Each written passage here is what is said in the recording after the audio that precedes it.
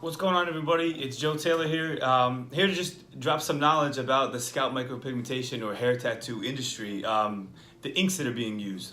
First of all, let me just say the reason I'm doing this is because, a lot of people, I do a lot of trainings as well. I do treatments and trainings, and a lot of people, both potential clients who want their head done and people who want to learn this, they do research on the internet and they get so confused because of the misinformation. And I get it. I respect the hustle in marketing and making extra money. But at the same time, in my opinion, it's a little bit fraudulent. So I'd like to give this information away for free. So here we go. The inks that are being used. So I did a previous video, and I just want to kind of elaborate on that. So what the ink is, let me start by saying this. Tattoo ink has been around for hundreds, if not thousands of years documented, okay? So just think about this question for a moment. How is it that the S&P or hair tattoo industry just started about 10 or 15 years ago? How is it that people in this industry know stuff that the tattoo world has never known before?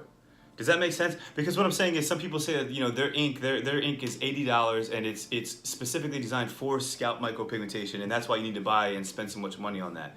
But the truth is it's just straight up premium black ink.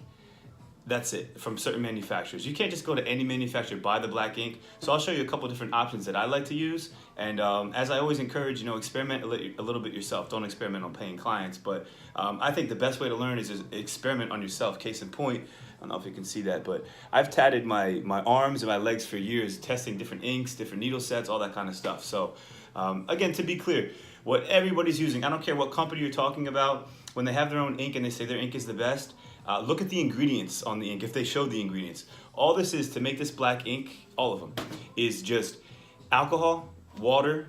Alcohol is used as a carrier, and the main ingredient is carbon. And what that is, it's a certain type of material, generally wood. Let's just call it walnut wood. I don't know if anyone uses walnut wood to make ink, but just for intents and purposes. A certain piece of wood burned down to just carbon. So it's just ash, add alcohol as a carrier, and water, just give it that texture. That's it. That's all this black tattoo ink is. There's no secret behind it.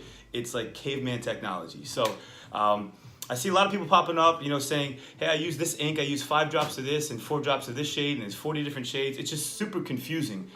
So I hope to shed a lot of light on that. And please, I challenge anyone, if you have any information, if you have questions, if you want to call me out, respectfully, it's all love.